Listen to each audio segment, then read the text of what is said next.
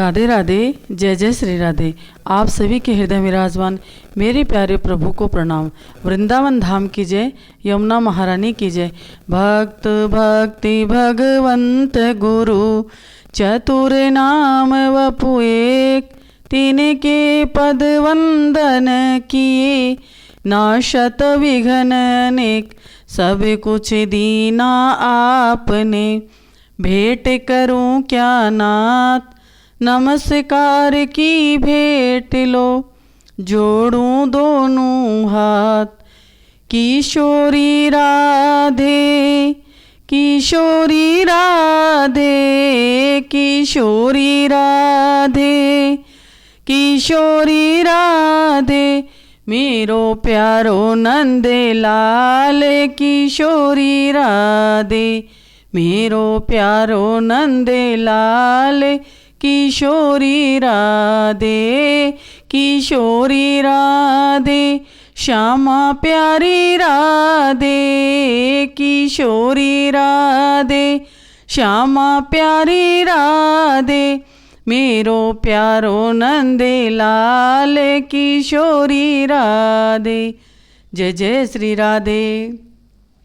कल हमने सुना था कि नरसिंह जी की दादी भगवान का आशीर्वाद दिला करके नरसिंह जी को घर ले आती है और नरसिंह जी फिर भगवान का, भोलेनाथ का भजन करने लग जाते हैं और उन्हें दुनियादारी से कोई लेना देना नहीं है।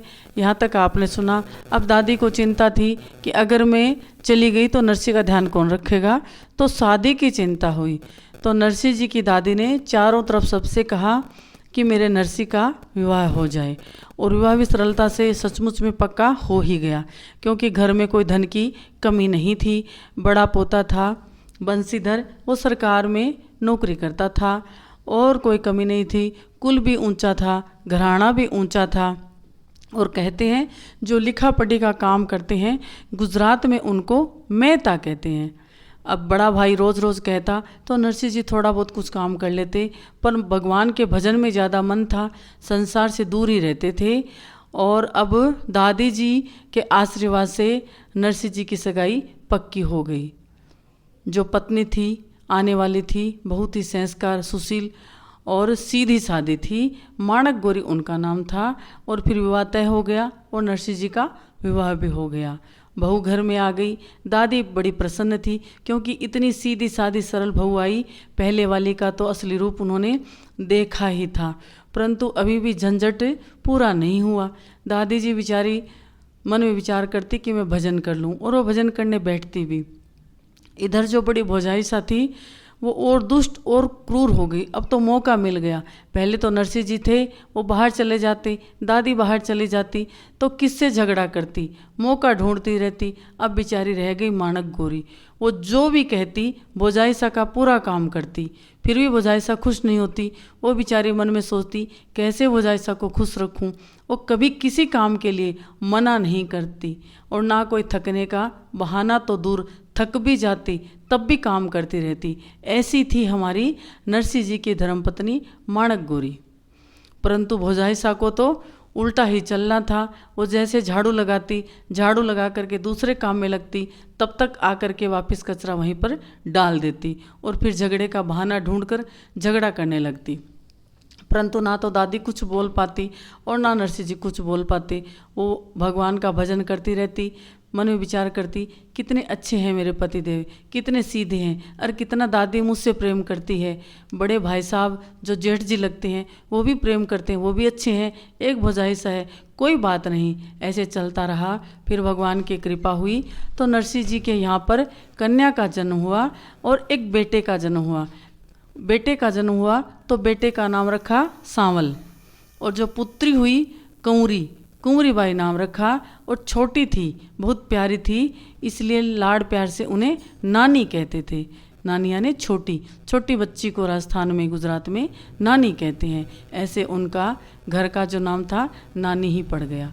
ऐसे करते बच्चे भी हो गए। अभी भी नरसिंह जी तो भोले बाबा की भक्ति में ही लीन रहते थे, उन्हें किसी से कोई लेना देना नहीं। और माणक गौरी भी ऐसी थी, किसी से कोई शिकायत नहीं। भौजाई सा का जितना कहना कर सकती वो बेचारी करती रहती थी, परंतु भौजाई सा तो जानबूझ करके झगड़ा करने का अवसर ढूंढती रहती थी।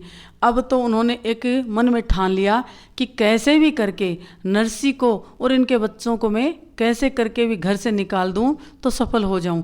अब वो क्या करती, जब भी बड़ा भाई घर में आता, नरसी को कोई काम कहती, थोड़ी देर हो गई तो भाई को देख, अपने पति को देख करके जानबूझकर वो नरसी को ताना मारती कि कभी तो इसे बुरा लगे कि मेरी पत्नी के सामने मेरा अपमान कर दिया। परंतु जो भगवान के भक्त होते हैं उनके लिए न मान होता है न अपमान होता है, वो किसी बात की परवाह ही नहीं करते हैं। तेरी रजा में राजी, जैसे भगवान रखे वो उसी में संतुष्ट और प्रसन्न रहते हैं। ऐसे थे हमारे नरसी जी, कभी कोई चिंता नहीं रहती। परंतु भोजाई शाह ने तो जैसे कहते ना क्रम सा बना लिया था कि अब तो नरसी जी को तंग ही करना था। ऐसे करते करते समय आया और वो सत्संग करते थे, बच्चे भी घर में आ गए थे और दादी भगवान का भजन करते करते, कहते हैं दादी का जब अंतिम समय आया तो नरसी जी ने संतों को बुलाया और भगवान का कीर्तन भजन वहाँ पे रखा और दादी ने नरसी जी के सामने माणक गौरी को कहा कि मेरे इस नरसी का ध्यान रखना। वैसे तो ये भगवान का भक्त है पर ध्यान रखना, भोजाई सी की बात पर कभी ध्यान मत देना। और ऐसे करते नरसी जी के सामने, एक भक्त के सामने और भगवान का कीर्तन करते करते दादी ने आंखें बंद कर ली और दादी सदा सदा के लिए विदा हो गई। अब तो नरसी जी के सर पे और जिम्मेवारी आ गई, परंतु नरसी जी को कोई चिंता नहीं कि जैसे भगवान रखेंगे वैसे रहेंगे। अब नरसी जी थोड़ा समझदार हो गए और भोजाई शाह से ना झगड़ा हो, इसके लिए अब तो वो काम भी कर देते। एक बार ठंड का समय था, ऐसा हुआ कि भोजाई शाह ने कहा कि आज घर पे कोई मेहमान आने वाले हैं तो जा कर के लकड़ी ले आओ। और वो लकड़ी लाने गए जंगल में, परंतु रास्ते में जब जा रहे थे कोई कमी नहीं थी, बहुत काम वाले थे, बहुत काम करने वाले थे। परंतु भोजाई शाह को तो यही था कि कैसे भी नरसी को तंग करने का अवसर मिल जाए, जानबूझकर नरसी को दूर जंगल में लकड़ी लाने भेजा। नरसी जी चले गए और जब गए तो रास्ते में कहीं सत्संग हो रहा था तो नरसी जी तो बैठ गए सत्संग में और नरसी तो भूल ही गए कि मुझे किस काम के लिए भोजाई शाह ने भेजा है। और जब नरसी जी के याद आया तो बेचारों ने जल्दी जल्दी से लकड़ी का गट्ठर बनाया और सर पे धर के ले कर के आए। गट्ठर रख दिया और रख कर के भोजाई शाह के सामने आकर बैठ गए, क्योंकि भूख भी लगी थी और समय भी बहुत हो गया था। माणक गौरी भोजाई शाह क्या बनाती है, क्या खिलाती है, कैसे किसके साथ कैसा व्यवहार रखती है, माणक गौरी इस बात का कभी ध्यान ही नहीं देती थी। और आज ऐसा हुआ कि इतनी ठंड का समय था और नरसी जी ने कहा भोजाई शाह मुझे भूख लगी है।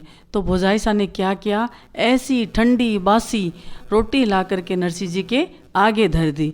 तो नरसी जी रोटी को तोड़ने लगे और भगवान को याद करके वहीं बैठे अपने मन से और मान से सेवा में भगवान को भोग लगाया और रोटी को तोड़ना चाहा, रोटी टूटी ही नहीं, इतनी कड़ी रोटी और ठंडी हो गई थी। ठंडी का समय था, नरसी जी ने कुछ नहीं कहा, इतना ही कहा भोजाई शाह रोटी ऊनी कर दो। कहने का मतलब कहा भोजाई शाह इन रोटियों को थोड़ा गर्म कर दो, इतना कहना था। वो भोजाई शाह तो पग पीटने लगी, कहा ना तो कुछ काम करता है और ना कहना मानता है, सुबह का गया अब घर आया है और आकर के गर्म रोटी चाहिए, अगर तुझे गर्म रोटी चाहिए तो अपनी बना और खा। इतनी सुनाई, नरसी जी कुछ नहीं बोले। कभी नरसी जी को बुरा नहीं लगता, परंतु पता नहीं आज क्यों नरसी जी को थोड़ा बुरा लगा। इतने में भाई भी आ गया और जैसे ही भाई ने कहा कि अरे भाई क्या झगड़ा लगा रखा है, तो भोजाई शाह ने कहा हाँ हाँ मैं ही हूँ झगड़ालू, मैं ही झगड़ा करती रहती हूँ, अपने भाई को तो कुछ कहते नहीं हो, जो ना कमाता है ना कुछ करता है, सुबह का गया अब घर आया है और घर आकर भी कह रहा है गरम रोटी चाहिए। मेरा इसमें क्या दोष है? आज आपको निर्णय करना पड़ेगा कि या तो नरसी जी घर में रहेगा और या फिर मैं रहूँगी। आज कलह इतनी बढ़ गई कि जो भाई था वो क्या करता, एक तरफ अपनी गृहस्थी थी और दूसरी तरफ अपने भाई की गृहस्थी। उस बेचारे ने यही निर्णय किया कि नरसी यहाँ नहीं रहेगा। आज नरसी जी को बुरा लगा और नरसी जी सचमुच में घर छोड़ करके चले गए। जाते भी कहाँ, गांव के बाहर जो कोई चबूतरा था जाकर बैठ गए। मन में विचार किया कि अभी कोई न कोई तो बुलाने आएगा ही आएगा, बड़ा भाई है, प्रेम करता है, बुझाई सा का भी कलेजा पींग लेगा और मुझे बुला लेंगे, परंतु नहीं, उनकी जो सारी सोच थी धरी की धरी रह गई। और घर में थी बेचारी माणक गोरी, वो तो कभी कुछ बोलती नहीं, वो कहाँ ढूंढने जाए, वो तो घर से कभी निकली ही नहीं। नरसी जी ने मने विचार किया, पूरा दिन निकल गया, सांझ ढल गई, रात हो गई, अब कोई नहीं बुलाने आएंगे, अब जैसी भगवान की मर्जी। और हमारे नरसी जी दूर जंगल में चले जाते हैं, जहाँ पर एक भोले बाबा का पुराना सा मंदिर था। वहीं जाकर के नरसी जी बैठ जाते हैं और अपने भगवान को याद करते हैं। आज की कथा यहीं विश्राम लेती है। हम कल फिर मिलेंगे नरसी जी के आगे के चरित्र में कि 7 दिन तक वो कैसे मंदिर में रहते हैं और भगवान की कृपा होती है, भोले बाबा प्रकट होते हैं।